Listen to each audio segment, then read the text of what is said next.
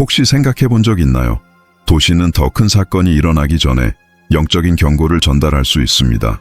역사 속 특정 장소들이 특정한 순간에 하나님께서 전하고자 하시는 어떤 메시지의 가시적인 징표가 된다면 어떨까요?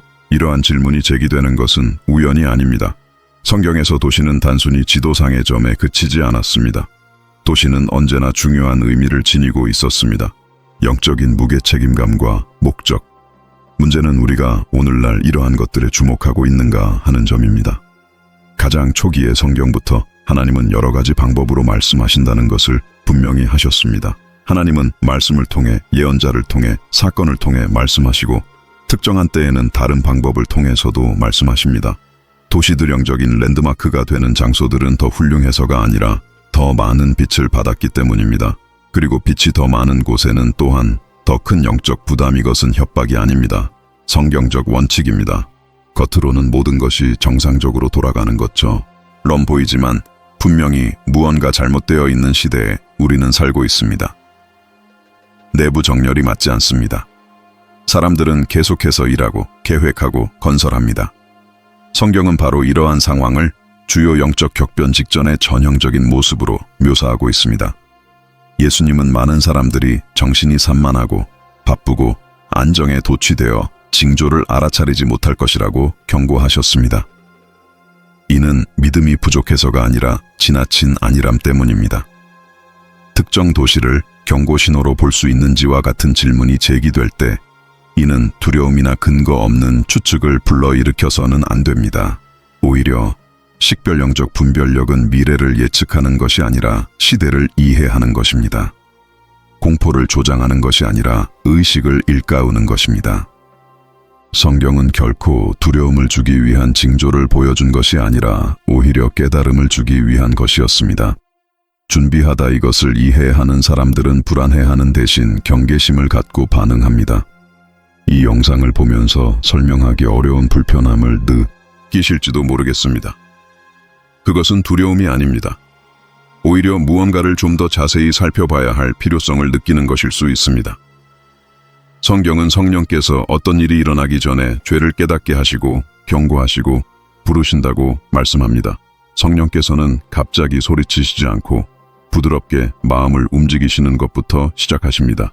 그리고 그러한 불편함이 느껴질 때 그것을 무시하는 것은 결코 좋은 선택이 아닙니다. 우리는 비난을 퍼붓거나 손가락질하기 위해 여기에 온 것이 아닙니다. 우리는 적절한 시기에 적절한 질문을 하기 위해 여기에 왔습니다. 왜냐하면 성경에 따르면 가장 큰 실수는 경고가 부족해서가 아니라 경고를 무시해서 발생했다. 하나님께서 질문을 던지실 때 그분은 단순한 호기심을 기대하시는 것이 아니라 답을 기대하십니다. 잠시만 제 말을 들어주세요. 이어지는 내용은 개인적인 의견이나 예언적인 과장이 아닙니다. 성경적 기준이며 영적인 원리이며 여러분이 도시뿐 아니라 세상을 바라보는 방식을 완전히 바꿔놓을 수 있는 것입니다. 우리가 지금 살고 있는 시대의 질문이 당신을 괴롭힌 적이 있다면 댓글에 남겨주세요. 나는 분별하고 싶다 또는 주의 깊게 보고 있어요. 이것은 단순한 참여가 아닙니다. 바로 포지셔닝입니다. 계속하기 전에 채널 구독을 꼭 해주세요. 다음 영상들에서는 여러분의 믿음을 더욱 굳건히 하고 성경의 심오한 신비를 온전히 이해할 수 있도록 도와줄 강력한 주제들을 다룰 예정입니다. 자, 그럼 시작해 볼까요? 이러한 초기 각성에 이어 우리는 이제 성경이 매우 분명하게 밝히고 있지만 많은 사람들이 간과하는 한 가지를 더 깊이 탐구해야 합니다. 성경 역사 전반에 걸쳐 영적 경고에 있어서 도시의 역할, 하나님께서 한 세대를 향해 말씀하시려 할 때 온 세상에 한꺼번에 말씀하시는 경우는 드물었습니다. 오히려 종종 특정 장소에는 더욱 광범위한 영적 현실의 가시적인 징표가 되었습니다. 그리고 이는 우연히 일어난 일이 아닙니다. 성경에서 도시는 결코 단순히 중립적인 배경이 아닙니다. 도시는 상징합니다. 선택, 가치관, 문화, 그리고 영적 방향이 한데 모인 곳. 도시가 잘못된 길로 빠질 때 그것은 스스로의 힘으로 그렇게 되는 것이 아닙니다. 도시는 영향을 미치고 그 악순환을 퍼뜨리고 오염시키고 영감을 주기도 합니다. 그렇기 때문에 우리는 도시들이 반복적으로 본보기, 경고 또는 영적인 이정표로 사용되는 것을 보게 됩니다. 하나님이 장소를 심판하기를 좋아해서가 아니라 바로 그 때문입니다. 장소는 그곳에 사는 사람들의 집단적인 마음을 반영합니다. 성경이 소돔, 고모라, 니느웨, 예루살렘, 바빌론과 같은 도시들을 어떻게 다루는지 주목해 보십시오. 각 도시는 더 큰 의미를 상징합니다. 소돔은 단지 한 사람의 죄 때문에 멸망한 것이 아니라 만연한 부패가 지속적으로 존재했기 때문에 멸망했습니다. 니느웨는 경고의 회개로 응답함으로써 자비의 본보기가 되었습니다.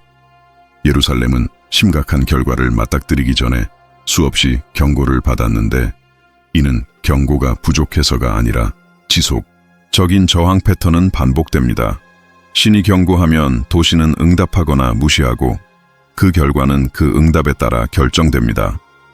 예수님은 자신의 가르침을 받았지만 변화하지 않은 도시들을 직접적으로 질책하시면서 이 원칙을 강조하십니다. 예수님은 아예 듣지 않은 도시들을 정죄하지 않으시고 오히려 가르침을 받아들이지 않은 도시들을 책망하십니다. 그들은 기적을 목격하고 진실을 들었지만 여전히 무관심했다. 이는 심오한 사실을 드러냅니다. 계시가 클수록 영적인 책임도 커진다는 것입니다. 성경은 이를 불공평으로 여기지 않고 하나님의 일관성으로 받아들입니다. 하나님은 계시된 바에 따라 요구하십니다. 또 하나 중요한 점은 도시에 대한 경고가 거의 항상 발생한다는 것입니다. 전에 중대한 혼란이 일어나기 전입니다. 그 이후가 아닙니다. 하나님은 충동적으로 행동하지 않으십니다. 그분은 징조를 보내시고 목소리를 높이시고 영적인 불편함을 불러일으키십니다. 어떤 도시가 경고의 대상으로 언급되기 시작할 때 그것은 즉각적인 심판이 아니라 기회입니다. 바로 적응할 수 있는 기회입니다. 경고의 형태로 나타나는 자비입니다. 그러나 이 기회는 무한하지 않습니다. 성경은 경고를 반복적으로 무시할 때 결국 그 결과가 불가피해지는 시점에 도달함을 보여줍니다. 또한 많은 사람들이 인정하고 싶어 하지 않는 요소가 하나 있습니다. 집단적인 정신적 자신감의 위험성 스스로를 강하고 종교적이며 영향력 있고 보호받는 도시라고 여기는 사람들은 신의 심판을 피할 수 있다고 믿는 함정에 빠지기 쉽습니다. 이스라엘 백성도 이러한 오류에 여러 번 빠졌습니다. 그들은 성전과 역사, 종교적 정체성에 의지했지만 마음은 하나님으로부터 멀어졌습니다. 성경은 하나님께서 건축물을 보호하시는 것이 아니라 마음과 마음을 보호하신다는 것을 분명히 보여줍니다. 그분과 살아있는 관계를 맺고 있습니다. 이 패턴을 종말에 적용해도 논리는 변하지 않습니다. 성경은 전 지구적 사건이 일어나기 전에 지역화된 알림이 것들은 지역적인 징조이며 구체적인 경고입니다. 공황을 조장하려는 것이 아니라 경각심을 일깨우기 위한 것입니다. 마치 신께서 이것을 잘 살펴보라. 이것은 더 큰 무언가를 가리키고 있다 라고 말씀하시는 것과 같습니다. 이러한 징조를 무시하는 사람들은 적절한 시기에 자신을 준비할 기회를 놓치게 됩니다. 또 다른 중요한 점은 경보가 발령된 도시들이 다음과 같은 특징을 갖게 된다는 것입니다. 영적인 거울이는 동일한 행동 양식이 확산될 경우 더 큰 규모로 어떤 일이 일어날 수 있는지를 보여줍니다. 따라서 어떤 도시가 영적인 관심의 대상이 될 때 올바른 질문은 왜 하필 이 도시인가가 아니라 이것은 무엇을 드러내는가? 이는 무관심을 드러내는 것일까? 교만을 드러내는 것일까? 경계심의 소홀함을 드러내는 것일까? 아니면 집단적인 회개의 진정한 기회를 드러내는 것일까? 솔직히 말해서 성경시대 여러 세대의 가장 큰 실수는 지식의 부족이 아니라 편차의 정교화 경고가 주어지는 동안에도 사람들은 평소처럼 생활을 이어갔습니다. 혼하고 협상하고 건물을 짓고 계획을 세우는 등 모든 것이 안정적으로 보였습니다. 그러다 갑자기 모든 것이 무너졌습니다. 성경은 멸망은 결코 경고 없이 오지 않으며 경고를 무시할 때 온다는 것을 보여줍니다. 이것을 우리 시대와 연결해 보면 단순히 신학적 호기심으로만 치부할 수는 없게 됩니다. 우리는 다음과 같은 것들에 대해 이야기하고 있습니다. 현실에 적용된 영적 분별력 하나님이 변함없으시다면 그분의 원칙 또한 유효합니다. 과거의 도시들이 경고의 의미로 사용되었다 하더라도 성경 자체가 말세라고 묘사하는 시대에 그런 일이 다시 일어나지 않을 것이라고 믿을 만한 성경적 근거는 없습니다.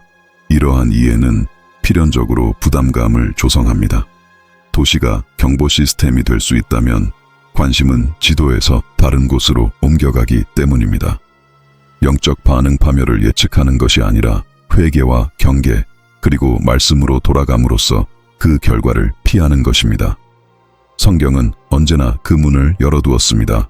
시간이 있을 때 말입니다. 그리고 바로 이 지점에서 긴장감이 고조되는데, 왜냐하면 이 고찰의 다음 단계는 우리로 하여금 다음을 살펴보도록 강요하기 때문입니다. 집단적인 영적 책임, 좀 더 직접적으로 말하자면 도시가 영적인 무게를 지닌다면 어떤 도시들은 다른 도시들보다 더 큰 책임을 져야 한다는 것입니다. 그리고 이 성경적 진리는 오늘날 제기되는 경고들을 우리가 어떻게 바라보아야 하는지를 완전히 바꿔놓습니다. 다음으로 넘어가기 전에 여기에 댓글을 남겨주세요. 도시들이 경계 태세에 돌입했습니다. 또는 성경적 분별력, 그리고 그는 이렇게 덧붙입니다. 하나님께서 큰 사건을 앞두고 도시들을 징조로 사용하시는 것을 생각해 본 적이 있습니까? 다음 구절은 이 점을 더 깊이 파고들며 모든 것을 더욱 심각하게 만듭니다. 하나님께서 도시를 영적인 경고의 도구로 사용하신다는 이러한 이해를 바탕으로 우리는 성경 메시지에 더욱 심오하고 불편한 차원으로 나아갑니다. 징후의 심화 성경은 종말이 가까워질수록 징조들이 줄어들거나 안정되거나 약해지지 않는다는 것을 분명히 밝히고 있습니다. 그것들은 축적되고 반복되고 심화됩니다. 예수님은 이 문제에 대해 매우 직접적으로 말씀하셨습니다. 그분은 단발적인 사건을 묘사한 것이 아니라 해산의 고통과 유사한 점진적인 과정을 설명하셨습니다. 그리고 많은 사람들이 간과하는 중요한 사실이 있습니다. 해산의 고통은 처음부터 강하게 시작되지 않습니다. 처음에는 간헐적으로 거의 느껴지지 않을 정도로 약하게 시작되지만 출산이 불가피해질 때까지 점점 더 빈번하고 강렬해집니다. 이 원칙은 성경 전체에 걸쳐 일관되게 나타납니다. 중대한 신의 개입에 앞서 점점 더 분명해지고 영향력이 커지는 일련의 징조들이 나타납니다. 노아는 수십 년 동안 복음을 전파했지만 그 와중에도 사람들의 삶은 겉으로는 평온해 보였습니다.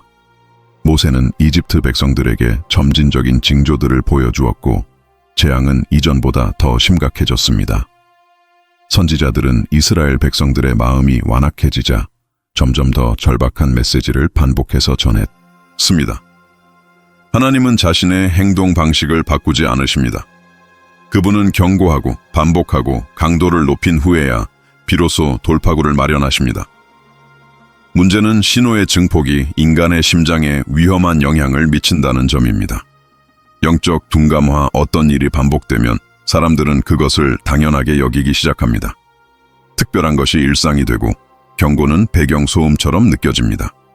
성경은 이러한 상태가 매우 위험하다고 말합니다. 왜냐하면 사람은 듣기는 하지만 분별하지 못하고, 보기는 하지만 깨닫지 못하며, 알기는 하지만 반응하지 못하기 때문입니다. 예수님은 이것을 굳은 마음, 보지 못하는 눈, 듣지 못하는 귀라고 부르셨습니다. 이는 징조가 부족해서가 아니라 지나치게 저항하기 때문입니다. 또 하나 중요한 점은 긴장 고조가 물리적 또는 정치적 차원에서만 발생하는 것이 아니라는 것입니다. 긴장 고조는 주로 다음과 같은 곳에서 발생합니다. 영적 및 도덕적 계획. 성경은 옳고 그름의 혼란, 진리의 상대화, 사랑의 식어짐, 영적 교만, 그리고 잘못된 안도감에 대해 이야기합니다. 이러한 징후들은 한꺼번에 나타나지 않습니다. 마치 천천히 밀려오는 조수처럼 알아차릴 때쯤이면 이미 거의 모든 것을 집어삼켜 버립니다. 그리고 이러한 징후들이 더욱 깊어질수록 무엇이 정상이고 무엇이 하나님의 원칙에서 명백히 벗어난 것인지를 구별하기가 더욱 어려워집니다. 예수님은 그 징조들이 전 세계적으로 나타날 뿐만 아니라 또한 위치했던 부위는 이러한 통증을 더욱 심하게 경험하여 눈에 보이는 경고 신호 역할을 할 수 있습니다. 이는 특정 부위에만 해당되는 것은 아닙니다. 예기마치 세상의 어떤 지역에서 먼저 어떤 현상이 나타나고 그 현상이 나중에 퍼져나가는 것 같습니다. 성경은 이것을 우연이라고 하지 않고 경계심이라고 부릅니다. 들을 귀 있는 자는 들으라. 이 구절은 시적인 표현이 아니라 영적인 책임을 촉구하는 말씀입니다. 또한 불편한 점도 있습니다. 종말이 가까워질수록 반응이 더욱 분열된다는 것입니다. 어떤 이들은 깨어나고 어떤 이들은 조롱합니다. 베드로는 이미 마지막 날에 조롱하는 자들이 나타나 아무것도 변하지 않았고 모든 것이 그대로라고 말할 것이라고 경고했습니다. 이러한 행동은 지혜의 표시가 아니라 영적인 맹목의 표시입니다. 징조가 더욱 강렬해진다고 해서 모두가 일치하는 것은 아닙니다. 이는 경계심이 있는 사람과 무관심한 사람을 구분한다. 가장 심각한 문제는 이러한 강화가 단순히 세계에 경고하기 위한 것이 아니라 하나님의 백성의 마음을 시험하기 위해 겉으로만 영적인 모습을 드러내며 살아가는 사람들은 불안감을 느끼기 시작합니다. 하나님과 진정한 관계를 맺으며 살아가는 사람들은 비로소 자신을 하나님과 일치시키게 됩니다. 진실과 거짓이 드러나는 순간 성경은 많은 이들이 종교적이지만 영적으로는 잠들어 있음을 보여줍니다. 그들은 계속해서 성전에 참석하고 설교를 듣지만 변화도 회개도 깨어있는 마음도 없습니다. 여기서 중요한 점은 하나님은 헛된 두려움을 불러일으키기 위해 징조를 더욱 강렬하게 나타내시는 것이 아니라 우리를 자극하기 위해 나타내신다는 것입니다.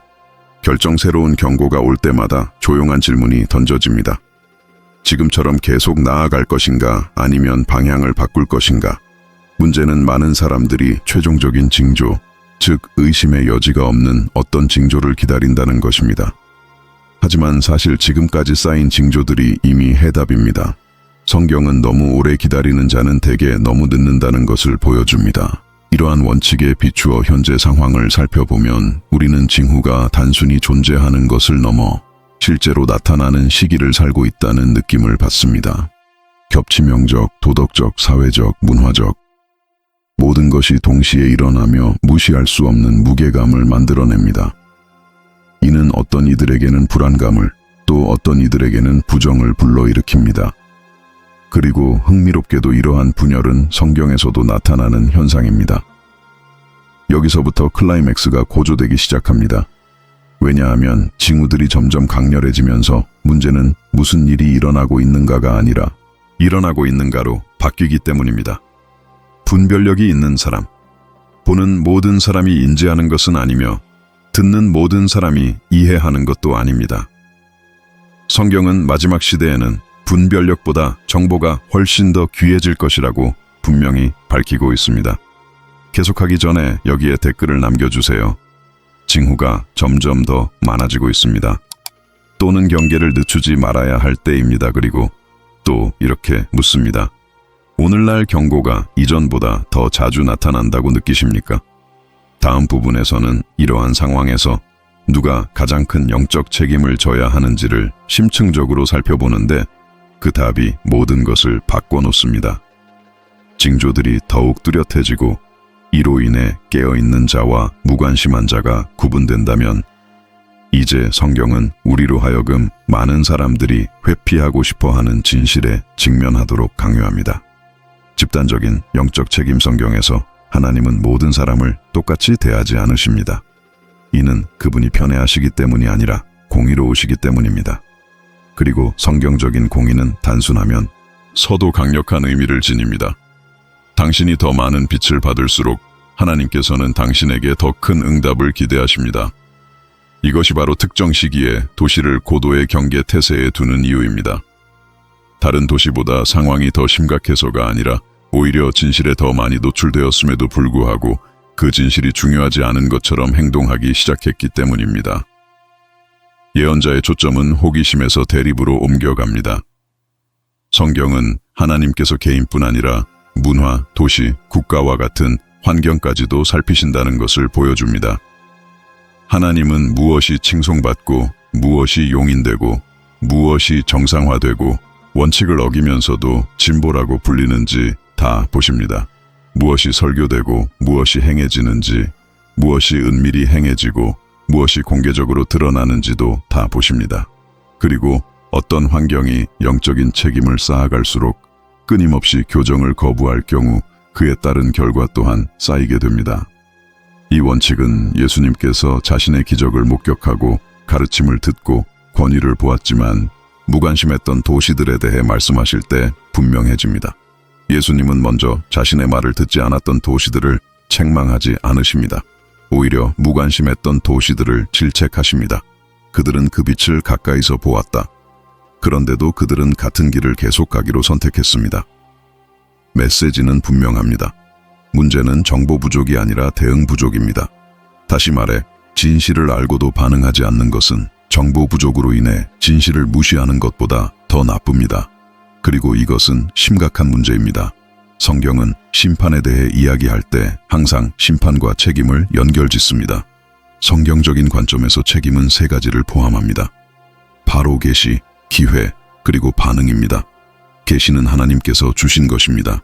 기회는 하나님께서 변화할 시간을 주신 것입니다. 반응은 그 기회를 어떻게 활용했는지를 보여줍니다.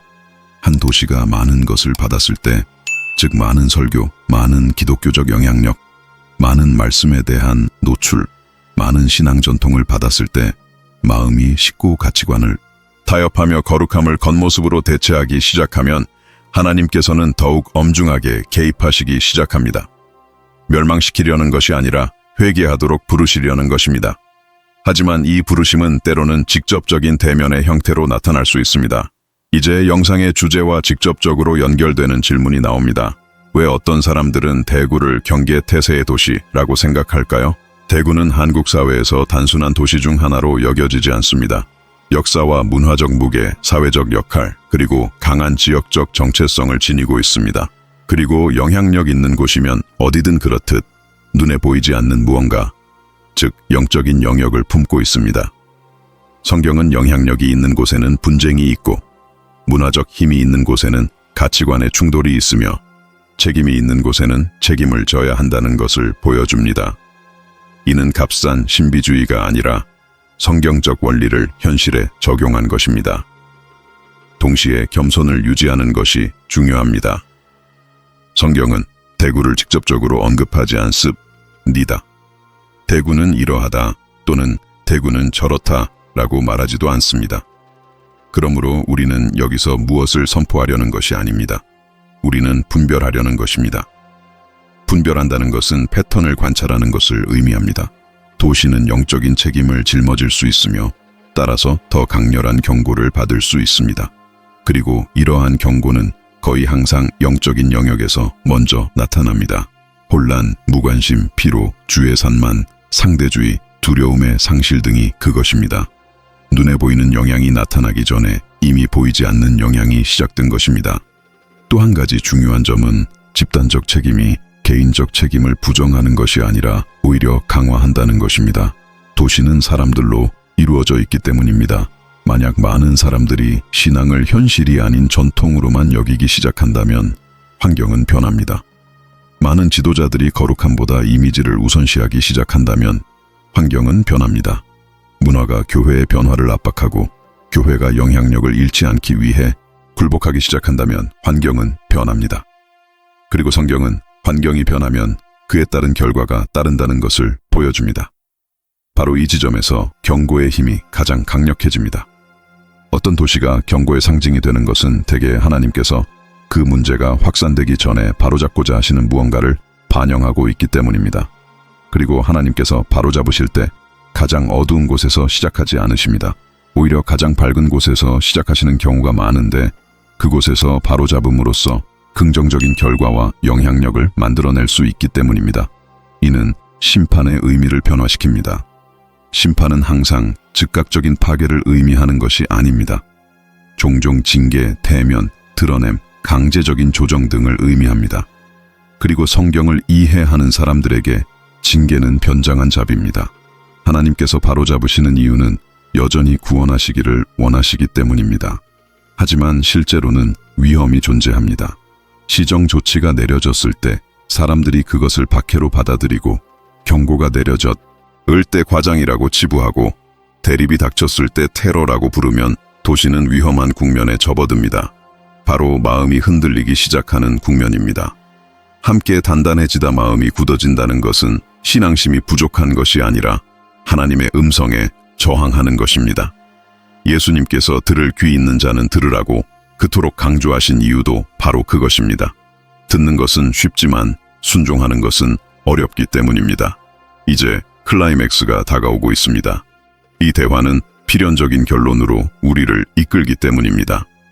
만약 집단적인 정신적 책임이 실제한다면 우리는 대구를 저주받은 도시가 아니라 온도계 무엇을 측정하는 온도계인가? 한 사회가 얼마나 많은 빚을 받았는지, 그럼에도 불구하고 여전히 영적으로 취약한지를 보여주는 온도계인가? 만약 대구에서 그런 일이 일어나고 있다면 질문은 더 이상 왜 하필 대구인가가 아니라 우리는 어떻게 되는가가 되어야 한다. 성경에 나오는 패턴은 한 도시에만 머무르지 않고 퍼져나가기 때문이다. 여기에 댓글을 남겨주세요. 더 많은 빚, 더 큰 책임. 또는 하나님은 답을 요구하신다자 제게 말씀해 주십시오. 오늘날 사람들은 많은 진실을 접하지만 실제로 변화하는 것은 거의 없다고 생각하십니까? 다음 섹션에서는 도시가 경보구역에 진입할 때 나타나는 실질적인 징후들을 살펴볼 것입니다. 그리고 그때가 되면 그 메시지는 더 이상 무시할 수 없게 됩니다. 증상이 심해지고 진통처럼 느껴져 더 자주 나타나고 무시하기 어려워진다면 우리는 다음 단계, 즉 훨씬 더 민감한 문제를 다뤄야 합니다. 집단적 정신적 책임의 원칙. 성경은 책임을 오로지 개인의 몫으로만 보지 않습니다. 도시, 민족, 국가가 빚을 받고 결정을 내리고 다음 세대에 영향을 미치고 그 결과를 거두는 집단이라고 말합니다. 이러한 원리를 이해하면 대구 사태는 경고인가? 라는 질문은 단순한 호기심을 넘어 우리를 비추는 거울이 됩니다. 성경은 하나님께서 공동체 전체를 영적인 실체로 보신다는 것을 보여줍니다. 단순히 정부, 나 구조 때문이 아니라 가치관, 관습, 선택들이 모여 문화를 이루는 총체이기 때문입니다. 도시는 영적인 정체성을 가질 수 있습니다. 하나님을 추구하고 정의를 행하고 회개하는 도시로 알려질 수도 있고 교만과 무관심, 완악한 마음으로 얼룩진 도시로 알려질 수도 있습니다. 더욱 심각한 것은 이러한 변화가 마치 길이 반복되다가 고속도로가 되는 것처럼 서서히 이루어진다는 점입니다. 성경이 그토록 경계를 강조하는 이유도 바로 여기에 있습니다. 일탈이 일반적인 현상이 되지 않도록 막기 위해서입니다. 그리고 여기에 중요한 진실이 하나 있습니다. 받는 빛의 양이 많을수록 전하량이 높아집니다. 예수님께서는 자신의 가르침을 듣고 기적을 목격했음에도 불구하고 변화하지 않는 도시들을 대면하시면서 이 점을 암시하셨습니다. 그분은 가장 큰 짐이 되는 것은 무지가 아니라 진리에 대한 저항임을 보여주셨습니다. 어떤 도시가 복음과 기독교적 영향력, 성경적 가르침, 회개의 기회를 받아들이고도 마음을 완악히 한다면 미리 그 도시는 중립을 유지하는 것이 아닙니다. 그 도시는 책임을 져야 합니다. 하나님이 잔인하셔서가 아니라 빛이 응답을 요구하기 때문입니다. 이 원리는 구약에서 하나님이 그의 백성에게 말씀하실 때도 나타납니다. 종종 문제는 종교가 없는 것이 아니라 마음이 없는 종교가 존재한다는 것이었습니다. 백성들은 의식은 유지했지만 정의, 자비, 겸손, 그리고 신실함을 버렸습니다. 하나님은 그들에게 이렇게 말씀하셨습니다. 너희는 말로는 나를 공경하지만 마음은 멀리 떠나 있다. 공동체의 마음이 등을 돌릴 때 온 도시가 분별력을 잃기 시작합니다. 겉모습은 남아있지만 그 임재는 약해집니다. 겉모습은 남아있지만 불꽃은 꺼져버립니다. 자, 한번 생각해 보세요. 도시가 공동의 책임을 져야 한다면 그 경고 또한 공동의 것이어야 합니다. 하나님은 증오심이 아니라 사랑으로 도시를 부르실 수도 있습니다. 피할 수 없는 길이 되기 전에 막으시려고, 악순환을 끊으시려고, 구원하시려고 부르시는 것입니다. 하지만 문제가 있습니다. 공동체의 마음이 완악해지면 자비는 아무 일도 일어나지 않을 것이다 라는 뜻으로 받아들여집니다. 그리고 그러한 해석은 영적인 함정입니다. 성경은 하나님의 인내가 길지만 무한하지는 않다는 것을 보여줍니다. 그 인내는 회개로 이어지기 위한 것입니다. 회개가 오지 않을 때 인내가 사라지는 것이 아니라 정의로 변모합니다. 그리고 성경적으로 정의는 폭발이 아니라 결과입니다. 심은 것의 무게가 수확의 형태로 되돌아오는 것입니다. 그러므로 공동체의 영적 책임은 신비로운 위협이 아니라 영적인 법칙입니다. 심은 대로 거두고 무시하면 마음이 굳어지며 고집하면 쌓이게 됩니다. 우리는 또한 매우 현실적인 또 다른 측면에 대해서도 이야기해야 합니다. 영적인 영향력은 영적인 빚을 낳는다. 문화적, 경제적, 종교적 영향력의 중심지가 된 도시는 그 가치를 바깥으로 발산하게 됩니다. 성경은 하나님께서 이러한 점을 고려하신다는 것을 보여줍니다. 어떤 장소가 많은 사람들에게 영향을 미치게 되면 그 영향은 자기 지역에만 국한되지 않습니다. 그곳은 하나의 기준점이 됩니다. 그리고 기준점은 빛이 될 수도 있고 걸림돌이 될 수도 있습니다. 기준점이 빛이 될 때는 하나님께서 그것을 사용하시고 기준점이 혼란이 될 때는 하나님께서 그것을 바로잡으십니다. 그리고 바로 이 지점에서 이 메시지는 대구를 또 다른 깊이로 가리키기 시작합니다. 성경 본문 이상의 것을 언급하는 것은 아니지만 다음과 같은 원칙을 적용합니다. 만약 어떤 도시가 자신이 받아들인 것, 영향을 미친 것, 상징하는 것 때문에 영적인 무게를 지닌다면 그 도시는 실제로 그러한 경험을 할 수 있다는 것입니다. 더욱 강력한 경보 상황이 악화될수록 더욱 책임감 있게 행동해야 합니다. 더 나빠졌다는 의미가 아니라 더 큰 책임감을 가져야 한다는 뜻입니다. 이것이 성경적이며 하나님의 기준과 일치합니다. 하지만 조심해야 합니다. 이 원칙은 인간적인 판단을 불러일으켜서는 안 됩니다. 오히려 겸손을 불러일으켜야 합니다. 왜냐? 하면 궁극적인 질문은 어느 도시가 그것을 받을 자격이 있는가가 아니라 어느 도시가 응답해야 하는가이기 때문입니다. 그리고 개인적인 차원에서 이 질문은 훨씬 더 직접적입니다. 나는 내가 받은 빛에 응답하고 있는가? 하나님께서 도시의 책임을 물으시는 것처럼 도시 안에 있는 개개인에게도 책임을 물으십니다. 그리고 때로는 도시 전체의 문제가 수천 명의 사람들이 동시에 내놓는 작은 양보에서 시작되기도 합니다. 집단적 책임은 또한 고통이 극심해지는 시기에 하나님께서 불편하게 느껴지는 경고를 하시는 이유를 설명해 줍니다. 하나님은 사랑하시기 때문에 고통이 커지기 전에 구원하시기 위해 재앙이 닥치기 전에 도시가 깨어나기를 바라시기 때문에 그렇게 하십니다. 그리고 이 부르심이 무시될 때 하늘은 침묵하지 않습니다. 하늘은 목소리를 높입니다. 성경은 그 경고가 더욱 분명해지고 더욱 빈번해지고 더욱 날카로워진다는 것을 보여줍니다. 마치 해산의 고통처럼 더 이상 잠을 잘 수 없게 만드는 징조처럼 말입니다. 그리고 바로 이 지점에서 클라이맥스가 구체화되기 시작합니다. 만약 대구가 일부 사람들에게 경고의 도시로 인식된다면 성경적인 질문은 이것이 예언인가가 아니라 이러한 불안감은 무엇을 만들어내려 하는 것일까? 회개? 경계심? 말씀으로의 회귀? 안일함에서 벗어나기? 하나님께서 어떤 주제를 통해 우리를 흔들어 놓으실 때는 논쟁이 아니라 행동을 촉구하시는 것입니다. 여기에 댓글을 남겨주세요. 더 큰 빛, 더 큰 책임 또는 하나님은 답을 요구하신다. 그리고 제게 말씀해 주십시오. 도시가 받은 빛 때문에 영적인 책임을 질 수 있다고 생각하십니까? 다음 부분에서는 현재 대구의 영적 상황을 살펴볼 것이고 그 후에는 더욱 직접적인 대화가 이어질 것입니다. 우리가 이러한 집단적 영적 책임에 대한 이해를 바탕으로 나아갈 때 우리는 성경이 실제로 언급하는 것보다 훨씬 더 깊은 차원으로 인도됩니다.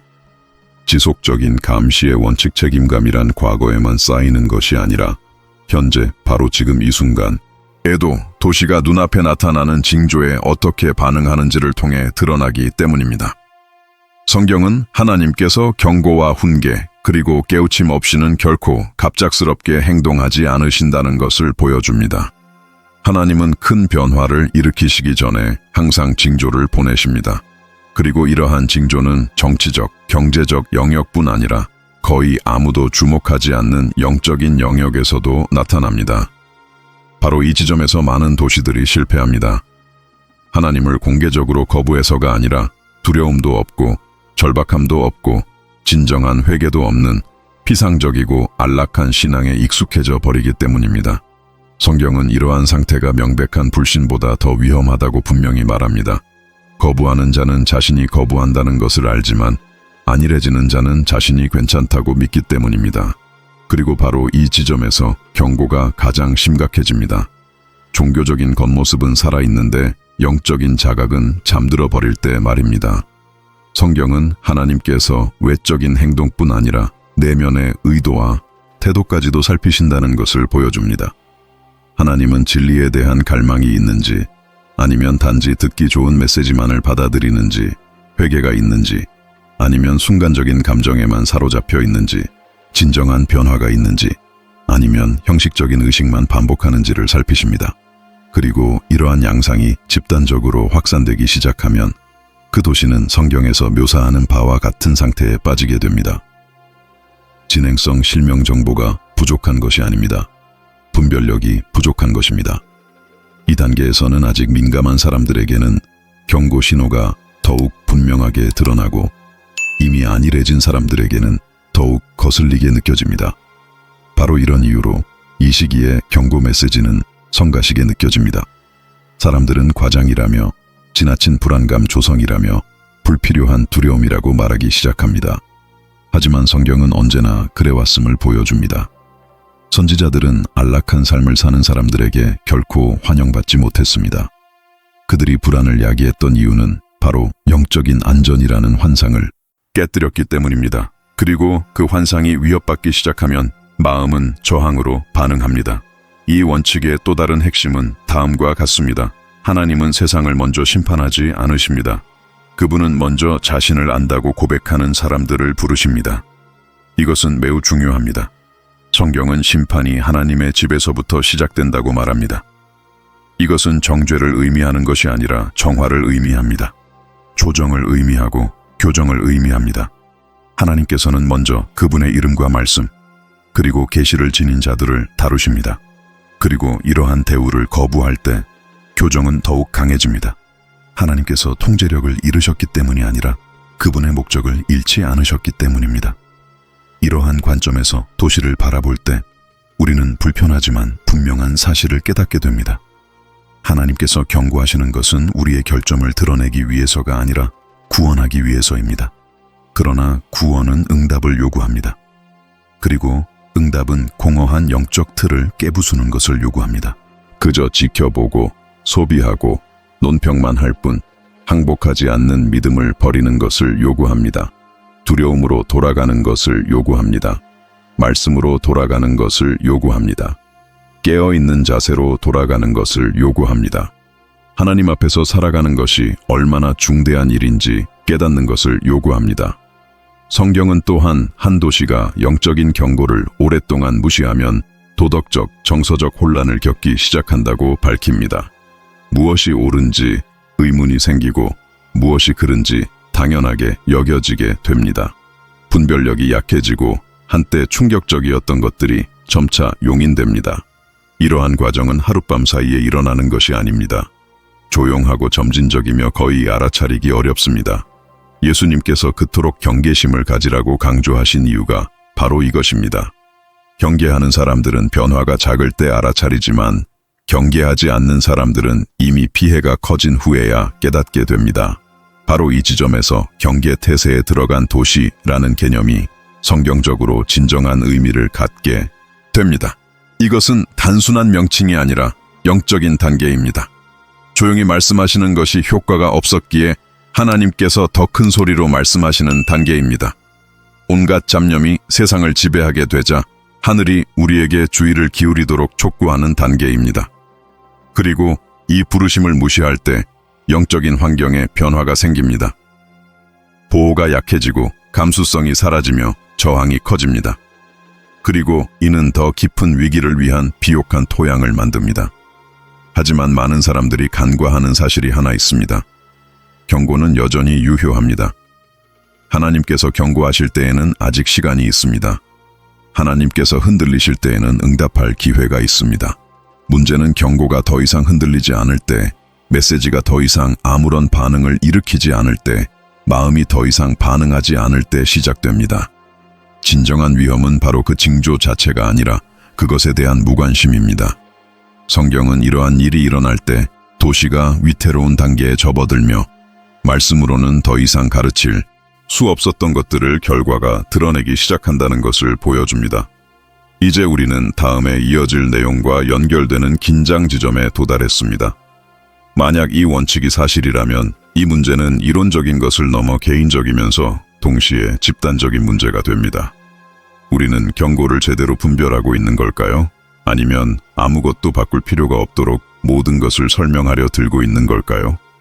설명하는 것이 순종하는 것보다 편하기 때문입니다. 정당화하는 것이 회개하는 것보다 쉽습니다. 무시하는 것이 감시하는 것보다 간단합니다. 경고가 더 이상 외부적인 것이 아니라 내면으로 세우며드는 순간이 바로 이 순간입니다. 그리고 이런 일이 일어날 때 하느님은 대개 훨씬 더 명확하고 훨씬 더 직접적이며 도저히 무시할 수 없는 무언가를 계시하시려 합니다. 마치 하늘이 이렇게 말하는 것 같습니다. 이제 너는 귀 기울일 것인지 아니면 계속 잠들어 있을 것인지 결정해야 한다. 그리고 이 결정은 결코 중립적이지 않습니다. 언제나 하나의 길을 제시합니다. 여기에 댓글을 남겨주세요. 경계는 선택사항이 아닙니다. 또는 하나님은 여전히 경고하고 계십니다. 또한 오늘날 사람들이 스스로를 준비하기보다는 징조를 설명하는 데 더 집중하고 있다고 생각하는지 적어주세요. 다음 섹션에서는 영적인 경고가 일상생활에서 드러나기 시작할 때 어떤 일이 일어나는지, 그리고 그때부터 대화가 더욱 심각해지는지에 대해 이야기할 것입니다. 이러한 경고들이 추상적인 영역을 벗어나 일상생활에서 구체화되기 시작할 때 도시의 영적인 분위기에 변화가 생깁니다.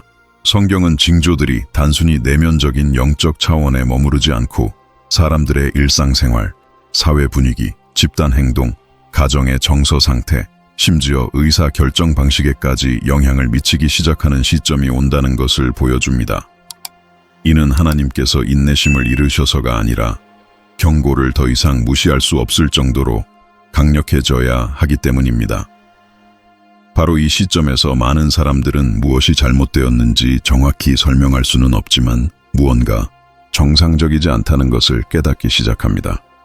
성경은 더 큰 심판이 있기 전에 몇 주간의 시간이 있음을 보여줍니다. 불안정성 증가 영적인 불안정은 정서적인 불안정을 낳고 정서적인 불안정은 도덕적인 혼란을 낳습니다. 도덕적인 혼란은 잘못된 결정으로 이어지고 잘못된 결정들이 쌓이면 갑작스럽게 보이지만 사실은 조용히 준비되어 온 위기를 초래합니다. 성경이 분별력을 그토록 강조하는 이유가 바로 여기에 있습니다. 분별력이 있는 사람은 사태가 벌어지기 전에 그 과정을 이해하지만 분별력이 없는 사람은 이미 혼란 속에 빠져 있을 때에야 비로소 깨닫게 됩니다. 이 단계의 가장 분명한 징후 중 하나는 진리에 대한 감각이 약해진다는 것입니다. 사람들은 모든 것을 상대화하기 시작합니다. 무엇이 옳은지는 편의에 따라 달라지고 무엇이 그른지는 상황에 따라 달라집니다. 그리고 마땅히 중심 원칙이 되어야 할 하나님에 대한 경외심은 과장된 것으로 여겨지기 시작합니다. 성경은 이러한 현상이 일어날 때 사회가 위험한 상태에 빠진다고 경고합니다. 이때 속임수는 거짓으로 드러나지 않고 그럴듯하고 합리적이며 현대적인 것으로 위장합니다. 이러한 종류의 속임수는 소리치지 않고 속삭이기 때문에 가장 싸우기 어렵습니다. 또 하나 중요한 점은 이 단계에서 집단적인 불안감이 커져간다는 것입니다. 사람들은 무엇에 대한 두려움인지 정확히 알지 못한 채 두려움을 느낍니다. 명확한 원인 없이 불안감을 느낍니다. 마치 무슨 일이 일어날 것 같은 끊임없는 압박감을 느낍니다. 성경은 이것이 우연이 아님을 보여줍니다. 이는 인간의 영혼이 고조된 영적 환경에 반응하는 것입니다. 믿음이 없는 사람조차도 이를 느끼고 믿지 않는 사람조차도 이를 인지합니다. 왜냐하면 영적인 분위기가 가시적인 사건에 앞서 형성되기 때문입니다. 성경은 또한 경고를 오랫동안 무시하면 하나님께서 그 결과가 교훈이 되도록 하신다는 것을 보여줍니다. 이는 맹목적인 처벌이 아니라 최후의 교육적 수단입니다. 말씀으로 경고했던 것이 현실을 통해 드러나기 시작할 때 비로소 그러한 교육이 이루어집니다. 그리고 현실은 대개 경고보다 더 가혹합니다. 그렇기 때문에 성경의 경고는 고통을 초래하기 위해서가 아니라 고통을 피하기 위해 항상 먼저 오는 것입니다. 이러한 상황에서 매우 심각한 일이 발생합니다. 기만 행위가 마치 정상적인 것처럼 보이기 시작한다. 한때 충격을 주었던 것이 이제는 옹호되고 한때 두려움을 불러일으켰던 것이 이제는 구시대적인 것으로 여겨지며 한때 경고 신호였던 것이 이제는 단순한 우연의 일치로 치부됩니다. 성경은 이러한 과정이 더욱 어려운 시기를 위한 토대를 마련한다고 보여줍니다. 왜냐하면 마음이 오류에 익숙해지면 위험을 감지하는 능력을 잃어버리기 때문입니다. 예수님께서는 마지막 날에 많은 사람들이 표적이 부족해서가 아니라 오히려 온갖 유혹에 속아 넘어갈 것이라고 분명히 말씀하셨습니다. 먹고 마시고 장사하고 짓고 계획하는 모든 것이 마치 아무 일도 없는 것처럼 행동하지만 하늘은 경고를 보내고 있습니다. 이러한 양상은 성경 전체에 걸쳐 반복됩니다. 사람들을 놀라게 하는 것은 혼돈이 아닙니다. 그것은 거짓된 평온함입니다. 원래부터 이랬어 라는 느낌, 아무 일도 일어나지 않을 거야 라는 생각입니다. 도시가 이러한 단계에 접어들면 경계심이 절실해집니다. 성경에 따르면 다음 단계는 분별하는 자와 무시하는 자, 듣는 자와 지나치게 설명하는 자, 지켜보는 자와 안일해지는 자 사이에 분리이기 때문입니다. 그리고 이러한 분리는 지리적인 것이 아니라 영적인 것입니다. 같은 장소에 살면서 같은 상황에 직면하지만 완전히 다른 방식으로 반응하는 사람들입니다. 어떤 이들은 깨어나고 어떤 이들은 마음을 굳게 합니다. 많은 사람들이 여기서 심각한 실수를 저지릅니다. 외적인 사건에만 집중하고 내면의 부르심을 무시하는 것입니다. 날짜, 지도, 세계적인 상황을 이해하려고만 할 뿐 마음을 바꾸려 하지 않습니다. 성경은 이런 회개하지 않는 호기심이 아무도 준비시키지 못한다는 것을 보여줍니다. 오히려 변화 없는 지식이라는 황된 생각만 심어줄 뿐입니다. 변화 없는 지식은 결국 책임감만 더할 뿐입니다. 성경의 경고는 결코 공포를 조장하려는 의도가 아니었습니다. 그것은 오히려 공포를 불러일으키기 위해 존재합니다. 영적인 준비, 감정적인 준비, 인격적인 준비, 그리고 신앙적인 준비. 이러한 준비가 이루어지면 아무리 힘든 시기라도 우리를 무너뜨릴 수 없습니다. 왜냐하면 그런 시기는 우리를 굳건히 세우고 경계심을 갖고 깨어있게 하기 때문입니다. 하지만 이러한 준비가 없다면 어떤 불안정한 상황도 파괴적인 결과를 초래할 수 있습니다. 이제 긴장감이 고조되고 있습니다. 일상생활에서 이미 징후가 나타나고 있고 불안감이 감돌고 있으며 혼란이 확산되고 있다면 이제 제기되는 질문은 이것이 경고 신호인가가 아니라 이러한 징후들이 더욱 심해지면 어떻게 될까요? 성경은 경고를 무시한다고 해서 경고가 약해지는 것이 아니라 오히려 더 강해진다고 분명히 밝히고 있기 때문입니다. 경고는 더욱 명확해지고 더 직접적이며 더 부인하기 어려워집니다. 많은 이들이 아직 결정을 내릴 수 있는 시점이 바로 여기입니다. 경계를 늦추지 않기로 결정할 수 있습니다. 말씀으로 돌아가기로 결정할 수 있습니다. 현실이 강요하기 전에 하나님을 진지하게 받아들이기로 결정할 수 있습니다. 경고가 있는 동안에는 선택의 여지가 있습니다. 그러나 경고가 결과로 이어질 때 비록 아무도 알아차리지 못했을지라도 이미 선택은 이루어진 것입니다. 여기에 댓글을 남겨주세요. 이미 징후가 나타나고 있다. 또는 우리는 분별해야 합니다. 또한 오늘날 단순히 어려운 시기라고만 설명할 수 없는 불안감이 감돈다고 느끼신다면 다음 단락에서 경고의 신호가 더 이상 단순한 경고가 아닌 구체적인 입장을 요구하는 시점, 즉 더 이상 중립이 불가능한 시점에 대해 이야기할 것이기 때문에 여러분의 의견도 적어주시기 바랍니다. 성경에서 징조가 단순한 경고를 넘어 입장을 요구하기 시작하는 때가 온다고 말할 때 그것은 매우 실제적인 것을 이야기하는 것입니다. 영적 중립은 불가능해진다. 평소에는 많은 사람들이 겉으로는 신앙을 유지하고 종교적인 일상을 지키며 다른 사람들에 비해 양심의 가책을 느끼지 않는 척하며 중립적인 삶을 살아갑니다. 하지만 상황이 악화되고 압박감이 커지고 위험 신호가 눈에 띄게 나타나면 이러한 삶은 무너지기 시작합니다. 그리고 그때 가장 중요한 질문이 떠오릅니다. 대구를 비롯한 비상사태에 처한 모든 도시는 성경적인 관점에서 어떻게 대응해야 할까요? 첫 번째 답은 간단하면서도 심오합니다. 하나님은 도시에게 미래를 예측하라고 요구하지 않으십니다. 하나님은 도시에게 기본으로 돌아가자 성경에서 경고가 나올 때마다 해결책은 인간적인 전략이 아니라 영적인 회귀입니다. 말씀으로, 경외심으로, 거룩함으로, 기도로, 정의로, 겸손으로 돌아가는 것입니다. 하나님은 영적인 위기를 임시 방편으로 해결하지 않으셨습니다. 언제나 일치를 통해 문제를 해결하셨습니다. 하나님께 있어서 문제는 정보의 부족이 아니라 순종의 부족이었기 때문입니다. 그래서 성경은 회개를 그토록 강조하는 것입니다. 회개는 후회도 아니고 죄책감도 아니고 감정도 아닙니다. 회개는 방향 전환입니다. 마음이 빗나갔음을, 믿음이 나태해졌음을, 두려움이 약해졌음을 깨닫고 돌아오기로 결심하는 것입니다. 도시가 경계태세에 들어갈 때 모두가 외치는 소리는 바로 이것입니다. 아직 시간이 있을 때 돌아오십시오. 그리고 도시가 응답하지 않을 때 하나님은 더욱 간절하게 부르십니다. 두 번째 요점은 예수님께서 가장 강조하신 부분입니다. 보다 경계한다는 것은 편집증적으로 사는 것이 아닙니다. 경계한다는 것은 깨어있는 삶을 사는 것입니다.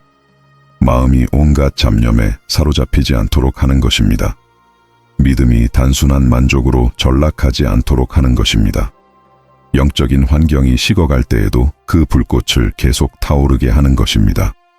성경은 종교적인 환경 속에서도 영적으로 잠들어 있는 사람들을 묘사합니다. 그들은 듣기는 하지만 순종하지 않고 참여하기는 하지만 온전히 자신을 내어주지 않습니다. 그리고 압박감이 커질 때 그들은 너무 늦게서야 자신들이 그저 지켜보기만 했을 뿐 살아가지 않았다는 사실을 깨닫습니다. 성경에 나오는 세 번째 대응책은 많은 도시들이 먼저 잃어버린 것을 되찾는 것입니다. 식별분별력이란 보이는 것 이면에 숨겨진 것을 알아차리는 능력입니다. 문화적인 것 뒤에 숨겨진 영적인 것을 보는 것이며 시대를 이해하는 것입니다. 이러한 분별력은 지능에서 오는 것이 아니라 하나님과의 친밀함에서 오는 것입니다. 성경은 마지막 시대에 속임수가 만연하고 가장 위험한 속임수는 진실과 비슷하게 보이는 것이라고 말합니다. 그러므로 경고에 응답하고자 하는 도시는 분명한 기준점을 되찾아야 합니다. 즉, 성경을 장식이 아닌 통치자로 삼아야 합니다. 네 번째 해답은 가정에서 영적인 우선순위를 정하는 것입니다. 도시는 위에서 아래로만 변화하는 것이 아닙니다. 안에서부터 변화합니다. 가정이 기도로 돌아오고 부모가 영적인 지도력을 발휘하고 젊은이들이 압력에 저항하는 법을 배우고 이 교회가 형식적인 행위가 아닌 임재를 추구하는 것입니다. 하나님께서 도시를 깨우실 때 먼저 가정을 깨우십니다. 그리고 가정이 깨어날 때 분위기가 바뀝니다. 성경은 부흥이 무대에서 시작되는 것이 아니라 회개에서 시작된다는 것을 보여줍니다. 다섯 번째 해답은 대부분의 사람들이 마주하기 꺼려하는 문제에 직면하는 것입니다. 사직 어려움에 처했을 때 하나님은 종종 사람들의 마음을 괴롭히는 것들을 버리라고 요구하십니다.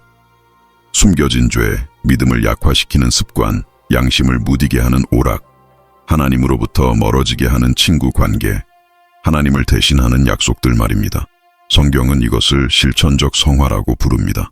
그리고 이러한 반응은 참된 신자와 피상적인 신자를 항상 구분짓습니다. 왜냐하면 포기는 우선순위를 드러내기 때문입니다. 여섯 번째 해답은 집단적인 자만심의 악순환을 끊는 것입니다. 많은 곳에서 전통, 역사, 과거, 기독교적 영향력 덕분에 자신들이 보호받고 있다고 믿습니다. 그러나 성경은 하나님께서 과거를 보호하시는 것이 아니라 현재의 신실함을 보호하신다고 보여줍니다.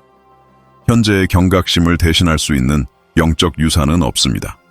과거의 부흥운동, 강력한 교회, 열정적인 운동이 있었던 도시라고 해도 오늘날 마음이 식어 있다면 아무것도 보장되지 않습니다. 이 점은 영적인 교만을 겨냥하기 때문에 매우 중요합니다. 하나님은 교만한 자를 대적하시고 겸손한 자에게 은혜를 베푸십니다. 일곱 번째 답변은, 그리고 여기서 경고는 더욱 직접적이 되는데, 하나님께서 부르시는 것은 정죄하기 위함이 아니라 구원하기 위함이라는 것을 이해하는 것입니다. 도시에 경고가 주어졌을 때 아직 자비를 베풀 시간이 있습니다. 변화할 시간이 있습니다. 돌아올 시간이 있습니다. 그러므로 가장 심각한 실수는 경고를 위협이 아니라 은혜로 받아들이는 것입니다. 성경은 니느웨가 응답했기 때문에 구원받았다는 것을 보여줍니다. 이 이야기는 성경을 미화하기 위해 기록된 것이 아니라 도시가 하나님의 부르심에 응답할 때 운명을 바꿀 수 있다는 것을 가르치기 위해 기록된 것입니다. 하지만 이제 클라이맥스를 향해 가는 중요한 순간이 다가왔습니다. 이 모든 것이 아름답게 들리지만 그 반응이 진정한 것인지 아니면 단지 감정적인 것인지를 가려내는 마지막 시험이 남아 있습니다. 많은 사람들이 강렬한 메시지에 감동하고 울고 댓글을 달고 공유하지만 다음 날이면 다시 똑같은 패턴으로 돌아갑니다. 성경은 이를 싹은 빨리 나지만 뿌리가 없는 씨앗에 비유합니다. 압박이라는 햇볕이 내리쬐면 결국 말라 죽는 것과 같습니다. 따라서 진정한 반응을 정의하는 것은 감정이 아니라 지속성입니다. 그것은 인내입니다. 시간이 지남에 따라 눈에 보이는 변화입니다. 그리고 바로 이 지점에서 긴장감이 고조됩니다. 만약 대구가 경계 태세에 돌입했고 지금이 어떤 입장을 요구하고 있다면 남은 질문은 단순하면서도 섬뜩하기 때문입니다. 압력이 한층 더 높아졌을 때 도시는 대비할 준비가 되어 있을까요? 아니면 단지 인지만 하고 있을까요? 준비 없는 인식은 부담이기 때문입니다. 그리고 준비는 더 이상 미룰 수 없는 결정을 요구합니다. 여기에 댓글을 남겨주세요. 나는 보는 것을 선택한다 또는 벽이 없으면 잠도 없다자. 제게 말씀해 주십시오. 오늘날 가장 큰 문제는 성경에 대한 정보 부족입니까? 아니면 반응과 순종의 부족입니까? 다음 구절에서는 이 모든 것을 개인적이고 직접적인 방식으로 변명 없이 적용할 것이며 그 후에는 아무도 방관자로 남지 않을 것입니다. 바로 이 지점에서 더 이상 누구도 방관할 수 없습니다.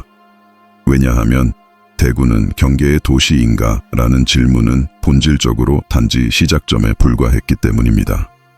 이 메시지의 진정한 목표는 지도상의 도시가 아니라 듣는 이의 마음입니다. 성경은 우리에게 이론을 세우기 위한 징표를 준 것이 아니라 사람들을 깨우치기 위한 징표를 주었습니다. 여기까지 읽으셨다면 당신 마음속 깊은 곳에서 이 사실을 이해하셨을 것입니다. 아마 말로 설명할 수는 없겠지만 분명히 느끼셨을 겁니다. 더 이상 형식적인 신앙생활은 불가능하다는 것을, 하나님께서 조용히 요구하시는 것을 더 이상 미룰 수 없다는 것을, 이 시대는 호기심을 요구하는 것이 아니라 경계를 요구한다는 것을 느끼셨을 것입니다.